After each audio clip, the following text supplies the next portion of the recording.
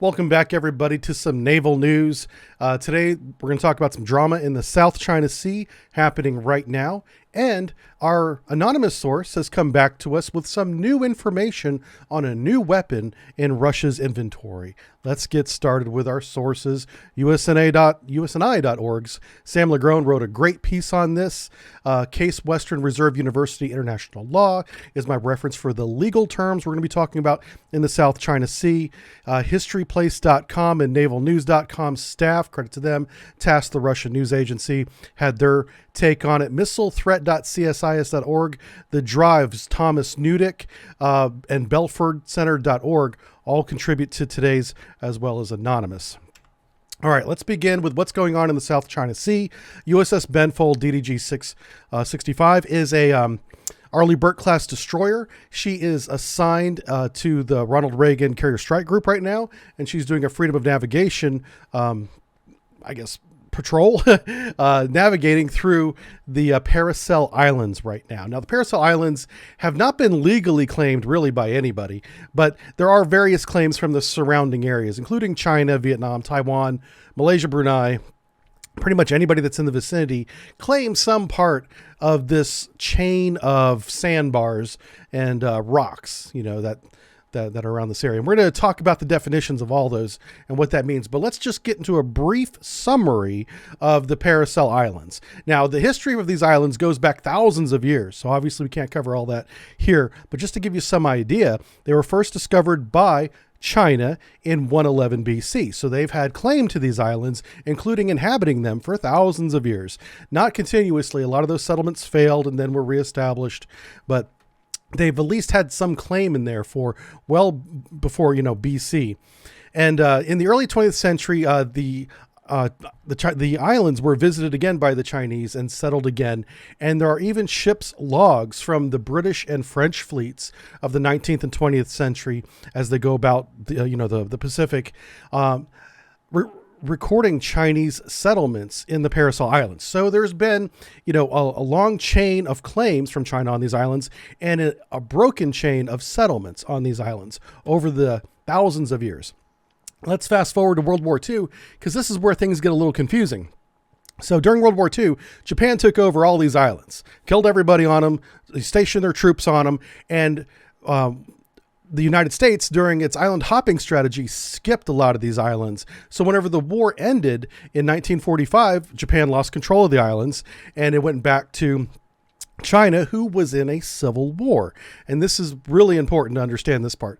1946, the Republic of China, who's in a civil war, claims these islands. And in 1947, they announced to the world, the United Nations, that they're sending 13 officials and 4 warships down south to administer those islands as the civil war in mainland China continues.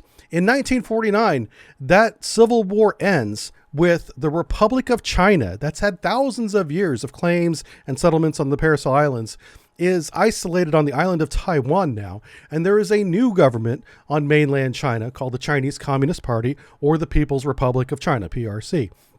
All right, so let's talk about the People's Republic of China. This is very different than the Republic of China. The People's Republic of China, just as a reminder, are the Communist Chinese Party, okay? So this is the CCP, or the Chi-Coms. They make their first claim as a republic, the PRC anyway, in 1949. They establish a permanent weather monitoring station in the Paracel Islands a decade later in 1959. And in 1974, as the Vietnam War with the United States, between Vietnam and the United States, is winding down, they take advantage of that and invade, if you will, remove all the Vietnamese settlements that are in the Paracel Islands, kick them off, if you will, militarily. And they hold the islands until 1988, when Vietnam tries to come back to establish their settlements and their claims on the Paracel Islands. And China kicks them out again, does not let them establish settlements there. So they are militarily defending the Paracel Islands really as of 1974 and again in 1988. And this is, the Chinese Communist Party. This is mainland China doing this, but they've only had the claim now for about 40 years. In August 1990, China went to the United Nations and reaffirmed their sovereignty over the Paracel Islands and the Spratly Islands, too. There's lots of islands in the South China Sea. But today we're primarily talking about the Paracel Islands, which are the ones more north and west than the Spratly Islands. So that's really the history of the People's Republic of China. 70 years now of claiming, having some military action, and keeping the Paracel Islands for themselves and building facilities on them as well. All right, so let's talk about the United Nations Convention Law on the Sea. This is how the United Nations looks at things. So there are freedom of navigations and passage and innocent passage, and they're not mutually exclusive. You can do both of those, freedom of navigation and innocent passage.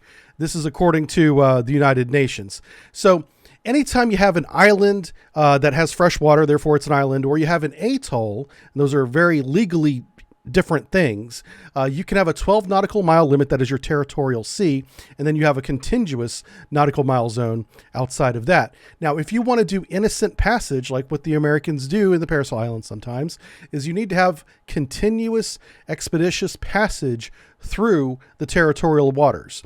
You cannot operate any weapon systems. You can't so much as move a weapon mount. And that technically means you can't launch helicopters either.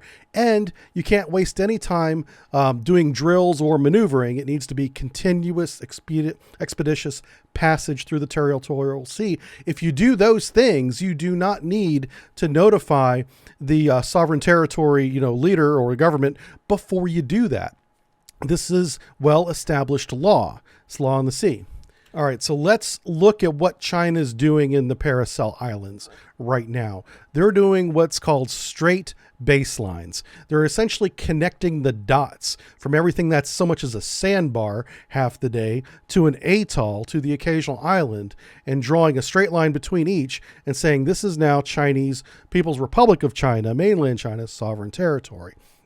Now, the UN defines straight baseline claims as only being able to be done by archipelago states. States that are an island nation surrounded by a chain of islands can then draw these straight lines and call it their territory. But because China is a mainland nation, they don't have this authority. They cannot use the straight baseline claim as a legal foundation for territory. All they can do is claim land, which they do anyway, and then have a 12 nautical mile limit around each little atoll or sandbar or island or rock. These all have legal definitions, including rock. Yeah, it gets really in the weeds when you look into it. So let's take a look at the next one that they've done.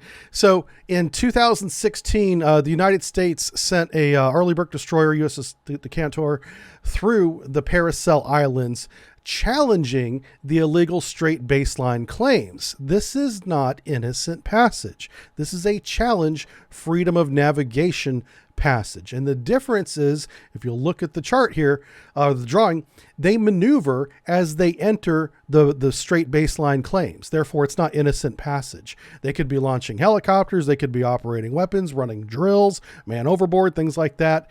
And that's saying, hey, we're doing this legally, the Americans are, because this is not a legal claim. Notice, and this is a very important detail, at no point do they violate the 12 nautical mile territorial limit, which is the blue dash line. They stay outside that. That gives them legal cover to say, hey, we're not entering your claimed territory, even though that's disputed. We're still staying well outside that. This is specifically a passage that is refuting your straight baseline claim. So let's take a look at Mischief Reef in 2017. Mischief Reef is in the South China Sea. It is essentially a sandbar that is exposed during low tide and nearly flooded, but not completely, during high tide. Mischief Reef. So in 2017, of course, it's claimed by China, People's Republic of China, mainland China, and the Permanent Court of Arbitration found Mischief Reef to be a low tide elevation, not a legal entity. It's not an atoll. It's not an island. It's literally a reef that is submerged most of the day or half the day. And because of this, there was no legal basis for China to make a claim. You're claiming nothing legally.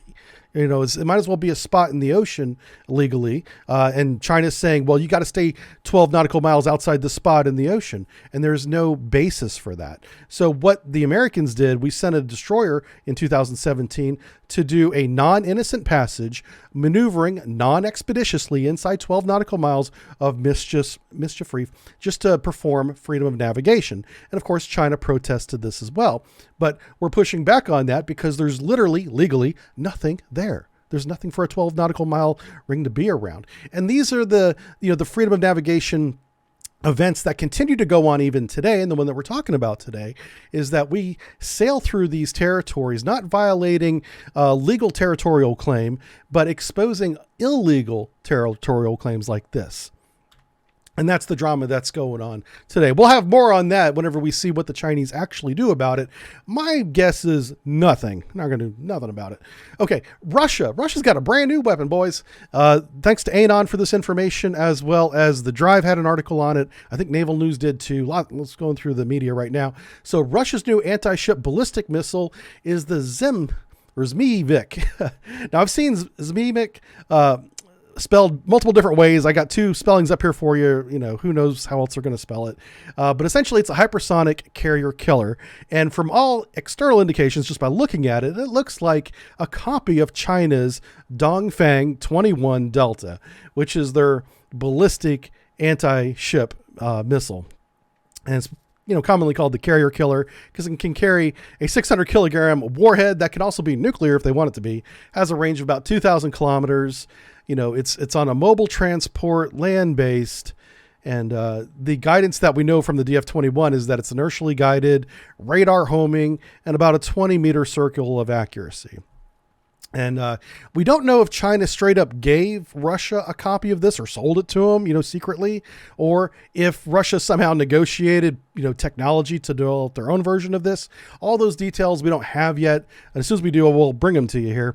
But so Russia is now fielding the Chinese, a variant of the Chinese anti-ship ballistic missile called the Zmivik.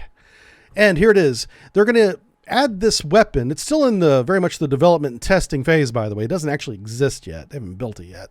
But whenever they do have it, it's going to be part of their anti-access area denial strategy, which is A2AD. It's going to be put along the coast, we expect, because it's an anti-ship missile, right? It's also going to be put on mobile launchers, which means it's going to be, you can't really pre-target it. It's not stationary. But because they're mobile, they are a little bit easier to find because we have methods of finding mobile, whenever they're moving anyway, missile erector launchers than whenever they're static. And because they're only effective near the coastline, not necessarily on the coastline, we kind of know where to look as well. So that's kind of a limitation of it as well. You're not going to be putting these things in central Kakistan, right? They're not going to be effective there against any kind of ship. So we know where to look. If they're moving, we know how to find them. Although we cannot pre-target them, that's true. The warhead is claimed to be, and I say claimed in quotes, a maneuvering hypersonic glide vehicle. China makes the same claim, so that might be true if it's a direct copy.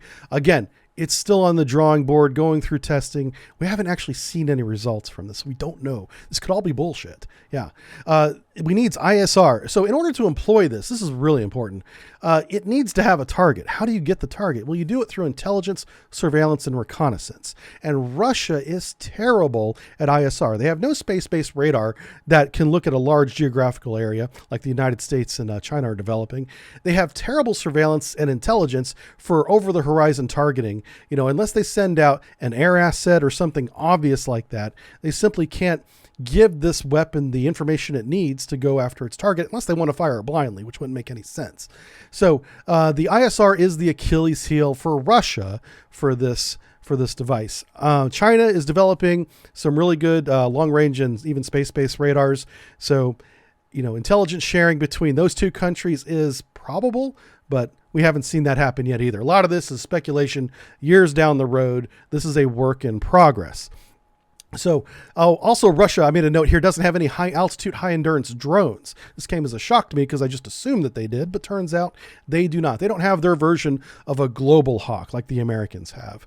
And so that is another big limitation for over the horizon, long-term targeting, because you need devices that can loiter for long periods of time, safely without being taken out, and provide targeting data in hostile environments. All right, targeting capabilities and terminal guidance have not been proven, and this applies to the Chinese variant as well. Let's say it's a direct copy of the DF-21 Delta, carrier killer. All the tests that we've observed the Chinese do are on static ship targets in the deserts of China. In other words, they haven't hit a moving target yet. So we don't really know how good the terminal guidance is. And ships that move, even relatively slow compared to these hypersonic weapons, can be missed if they don't have good guidance. And that's really what we think. So lots of limitations here. They don't have good intelligence data, which is the big one. They haven't demonstrated any with good terminal guidance yet. We haven't seen that anyway. And these could be easy to find if they shuffle them around a lot near the coastlines. All right. Well, if you enjoyed today's brief, I would encourage you to go to Hayes Gray Apparel, click my link in the description. I'm going to pin it right at the very top of the comments, and use sub 10 on checkout to save 10% all of your Hayes Gray Apparel. I went through the catalog today, and they have a great children and women's section. So if you want to buy gifts for loved ones, I would encourage you to click my link below, go to Hayes Gray Apparel, use subbrief 10 on checkout, save 10% off, and get yourself some nice clothes. All right. Thanks for watching, everybody.